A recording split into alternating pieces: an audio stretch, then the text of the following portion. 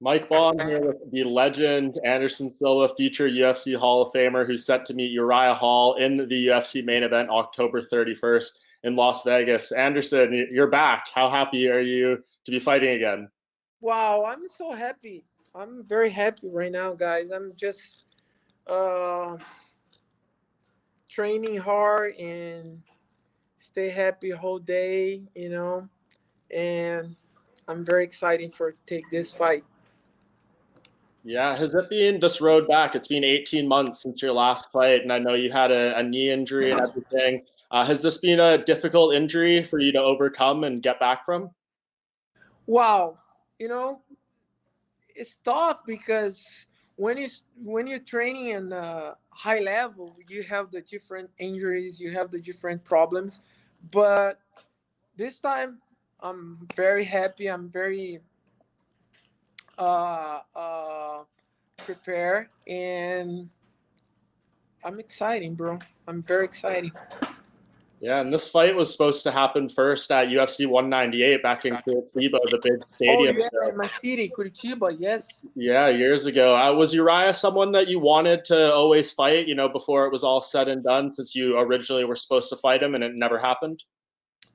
Wow. I think is the moment the fight is not happen is because is the problems uh, above me and Ryan, but fight is a very interesting because when I the energy come close together you and together your people, everything is happening, and the fights go happen right now. It's very important for me, it's very important for Ryan, and I'm very excited for this fight right now. Yeah, what do you think of his striking style? A lot of people, have compared you to over the years. Obviously, you do things differently, but in terms of his striking, what do you think of it? Well, Ryan is a very interesting fight. Is a very good guy, and I have a good background in striking. And let's go see. I think it's a very interesting. Yeah, and I was just looking at, your record and all the fights you've had over the years. Last week was the 14-year anniversary of when you beat Rich Franklin to become UFC middleweight champion. What do you remember from that night? It's crazy. It's been 14 years since then. Wow, I remember the Rich Franklin giving the great opportunity for me. And wow, everything I have right now inside UFC, I have because Rich Franklin gave the great opportunity for fight with Rich. I'm respect Rich and is a very good guy and my friend. Yeah, and the UFC's changed so much over that time. What do you think is the biggest difference from when, back when you won the title and going into this fight today? What differences do you see in the UFC and the sport? Wow, I think the UFC change for me is change when Lorenzo come out. Lorenzo uh, is try to put inside UFC the big family. And right now is completely different. But I'm continue uh, happy inside UFC because I have a lot of friends and I feel the same family. But yeah, of course, this changed a lot when Lorenzo is not more inside. Yeah, you just feel that, there's more of a disconnect maybe between the fighters and the company. It used to be a very big family. I remember Daniel Cormier told a story recently of when he fought Joan Jones the first time. They called him right after and said, you've done such a great job for us. Here's $1 million check. So like certain little things like that, he says, don't really happen anymore. Well, I think Lorenzo, the Fertitta brothers, when I is the owner of the UFC, is the relationship with fighters is a more close, especially for me, and especially for me. I love Dana, but Lorenzo and your brothers is a very close to the fighters, and try to the UFC fighters part the family in UFC. Yeah, I think a lot of people would agree with that, or fighters that I've talked to as well. So I guess going into this, Dana White said a few months ago he was looking at the end of your career and wanting you to, look forward to retirement. And originally he said it was going to be 2 more fights, and then he said now it's just the 1 fight. What were the conversations you had with Dana White, with the UFC, about the end of your career? The conversation is the same Dana say, bro. It's the last fight. So this is the last fight, 100%. For sure, this is the last fight. Probably this is the last fight. Does that make you emotional thinking about that? You know, I love the sport. I'm preparing my mind for this, and I prepare for fight my entire life. But yes, this is my last fight in UFC. What do you think you'll miss most about it? Oh, I think the training, the camp training, and prepare my mind, prepare my body. This is, I think, is a more important, and I feel sad because I don't have this anymore. This is the last one. Yeah, and of course, I'm sure you'll continue training for the rest of your life and everything, but do you imagine you'll be around the sport? I know you have a gym. Do you think you'll coach fighters, corner fighters, anything like that? I don't know. Maybe I'm coach fight for my son, but for the other fighters, I don't think so. Okay, fair enough. What's the your best memory then? Do you have a when you think back? And of course, I'm sure you want to make it this one against Uriah Oh, Hall. my But best so far, what's your memory is favorite fight? my first title belt in Japan, in Shoto, when I fight with Hayato Sakurai. This is my best memory ever.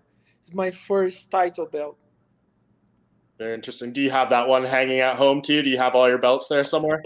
Uh, I don't have the UFC belts, Mhm. but I talked to Dana. Dana say, "Oh, I go send it to you, the whole belts you have.